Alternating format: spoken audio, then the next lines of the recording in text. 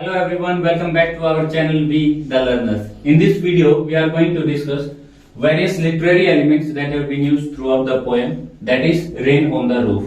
Poem के अंदर क्या क्या लिटरेरी एलिमेंट्स यूज हुए हैं, क्या क्या टोन है, क्या राइम स्कीम है, ये सारी चीजें, और लास्ट में हम डिस्कस करेंगे मैसेज ऑफ द पोएम। तो चलिए शुरू करते हैं। फर्स्ट ऑफ ऑल, पोएम के अंदर सबसे ज्यादा जो रिपीट हुआ है बार बार बार बार, वो है हमारा अलिट्रेशन। अलिट्रेशन क्या होता है? जब भी दो कंसेक्यूटिव या दो से ज्यादा जो क्लोजली प्लेस्ड वर्ड्स हैं, उनके स्टार्टिंग में अगर कॉन्सोनेंट साउंड रिपीट होती है तो वहां हम बोलते हैं अलिट्रेशन। हमारा पोएटिक डिवाइस यूज हुआ है। मैंने क्या बोला? दो क्लोजली प्लेस्ड, दो या दो से ज्यादा जो क्लोजली प्लेस्ड वर्ड्स हैं, अगर उनके स्टार्टिंग में कॉन्सोनेंट साउंड रिपीट होती है तो उसको हम बोलते हैं अलिट्रेशन। जैसे कि ह्यूमिड, होवर। अब बोलोगे सर बीच में शैडोज आ गए, मैंने बोला था जो क्लोजली प्लेस्ड है, फिर भी एक क्लोजली प्लेस्ड है। तो ह्यूमिड में और होवर में है जो साउंड है वो रिपीट हो रही है, इसलिए ये क्या हो गया हमारा अलिट्रेशन। इसी तरीके से स्टारी स्फीयर्स में से साउंड रिपीट हो रही है।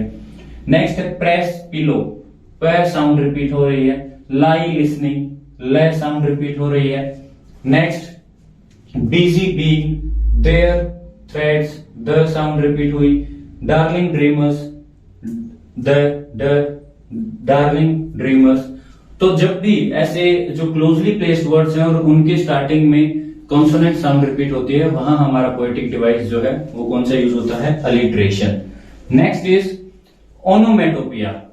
ओनोमेटोपिया एक ऐसा लिटरेरी डिवाइस है जो यूज किया जाता है पोएम के अंदर एक साउंड को, या बोल सकते हैं एक ड्रामेटिक इफेक्ट को क्रिएट करने के लिए। साउंड जो वर्ड्स होते हैं ना पोएम के अंदर, अगर यूज किए जाते हैं तो हम बोलते हैं कि भाई वहां पे ओनोमेटोपिया पोएटिक डिवाइस यूज हुआ है। अब साउंड वर्ड्स कौन से यूज हुए हैं यहाँ? एक है टिंकल, एक है पैटर। टिंकल क्या है? जो शॉर्ट साउंड प्रोड्यूस होती है बाय द रेन ड्रॉप्स। और पैटर क्या है? Again sound produce by rain drop, लेकिन ये रिपीटेड साउंड है। वही साउंड अगर रिपीटेड है तो वो पैटर हो जाती है। और एक tinkle means short sound, light ringing and clear sound जो होती है उसको बोलते हैं टिंकल। और वही साउंड अगर बार बार रिपीट होती जाए तो वो बोलते हैं पैटर। तो जब भी ऐसे साउंड वर्ड्स का यूज होता है पोएम के अंदर और to create a dramatic effect, तो उसको बोलते हैं हम ओनोमेटोपिया। वहां पे पोएटिक डिवाइस यूज हुआ है। नेक्स्ट है पर्सोनिफिकेशन। पर्सोनिफिकेशन मीन्स मानवीयकरण अलंकार।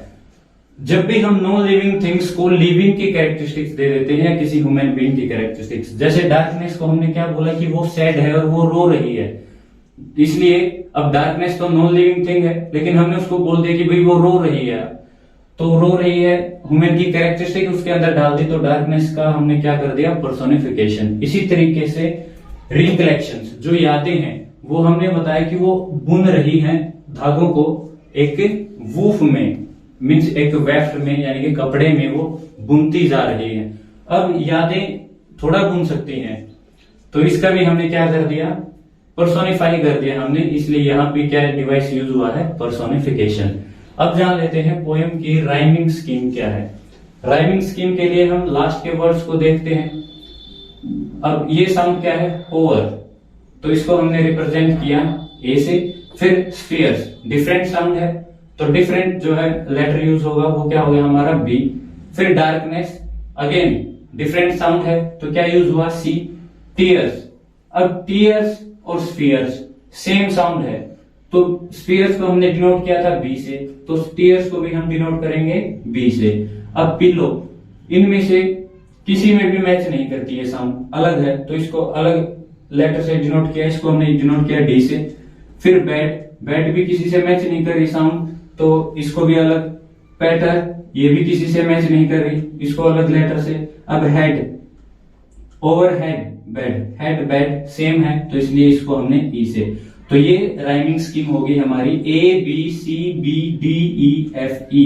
सिमिलरली सेकंड स्टैंजा में भी यही यूज हुई है और थर्ड स्टैंजा में भी। मैंने बताया था ये जो वूफ, रूफ, ये राइम स्कीम, ये जो सिंक्रोनाइजेशन ऑफ साउंड्स है, ये बनाने के लिए पोएट ने वेफ्ट की जगह यूज कर लिया वूफ को, ताकि एक प्रॉपर राइम स्कीम जो है वो through out the poem maintain की जा सके। नेक्स्ट है what is the tone, tone क्या है वही पोएम की। स्टार्टिंग में जो है सैड थे, तो फर्स्ट स्टैंजा के अंदर हम बोल सकते हैं कि वो सैड थे। नेक्स्ट में उनको यादें आती हैं, कुछ पुरानी यादें हैं, और वो यादें के बाद एक बुनती जाती हैं। तो जब भी हम पुरानी चीजों को याद करते हैं और यादों में थोड़ा सा खो जाते हैं, तो उस टाइम पे एक मिक्सचर होता है फीलिंग्स का, कुछ हैप्पीनेस और कुछ सैड होते हैं, क्योंकि उन पल को हम दोबारा से क्रिएट नहीं कर सकते। तो सेकंड में हम क्या बोल सकते हैं, मेलनकोलिक। मेलनकोलिक मीन्स जो मिक्सचर होता है हैप्पीनेस और सैड, ये इस टाइप के मोमेंट्स का। और थर्ड स्टैंजा में जैसा कि वो अपनी मदर को याद करके और फिर नेचर के जरिए उन्हीं के प्यारे से लुक को फील करता है, तो हम बोल सकते हैं कि इस स्टैंजा के अंदर पोएट जो है थोड़े से नोस्टैल्जिक हो गए हैं। नोस्टैल्जिक मीन्स पुरानी जो यादें हैं उनको याद करना और उनके अंदर खो जाना, उनसे थोड़ी सी हैप्पीनेस फील करना। So this were the various literary elements. अगर अब भी किसी को डाउट है, do let me know in the comments. और अब डिस्कस कर लेते हैं मैसेज। पोएम का मैसेज क्या है। पोएम का सबसे पहला मैसेज क्या है कि जिस तरीके से अगर हम सैड हैं तो जो नेचर है वो भी क्या हो जाती है, सैड। इसलिए बोला जाता है जैसा हमारा अंदर मतलब अंदर की सोच होती है, जैसा हम अंदर से सोचते हैं वैसी ही हमें चीजें बाहर दिखाई देती हैं। अगर हमारा मूड अच्छा नहीं है तो हमें कोई चीज अच्छी दिखाई नहीं देती। अगर हमारा मूड अंदर से अच्छा है, हम हैप्पी फील कर रहे हैं, तो हमें हर चीज, हर दुनिया की हर चीज जो है अच्छी दिखाई देती है, हम खुश फील करते हैं। सिमिलरली नेचर की ब्यूटी को हम तभी जान पाते हैं जब हम अंदर से खुश होते हैं, और नेचर हमारा एक आईने की तरह काम करती है। जैसे जो पोएट है वो सैड था, तो नेचर भी क्या थी उस समय, सैड थी। सेकंड जो मैसेज हमें मिलता है कि nature has healing power. Nature को के पास जो है हील करने की पावर है। वो कैसे है, थर्ड स्टैंडर्ड में हमें पता चला था कि पोएट की जो मदर है वो अब नहीं है, शी इज नो मोर, लेकिन फिर भी उनको उनकी मदर फील होती है कि वो अब भी उनके साथ है। और ऐसा कैसे हुआ, जब उन्होंने नेचर की जो मेलोडी थी उसको सुना, प्यार से नेचर के साथ कनेक्ट हुआ, तो उनको ऐसा एहसास हुआ कि अब भी उनकी मदर जो है उनके पास है। तो इसलिए हम कह सकते हैं नेचर की हीलिंग पावर को भी जो है पोएम के अंदर दिखाया गया है।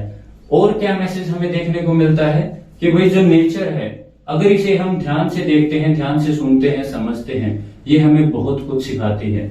जिस तरीके से हमारे पेरेंट्स सिखाते हैं, जिस तरीके से एक माँ अपने बच्चे का पालन पोषण करती है, उसी तरीके से जो प्रकृति है वो भी हमारा पालन पोषण करती है। तो इसीलिए हम नेचर को, प्रकृति को बोलते हैं माँ, नेचर माँ, mother nature. So this was the message, hope you will like it, and still if you have any kind of doubt, do let me know in the comment section below. Thank you, keep loving.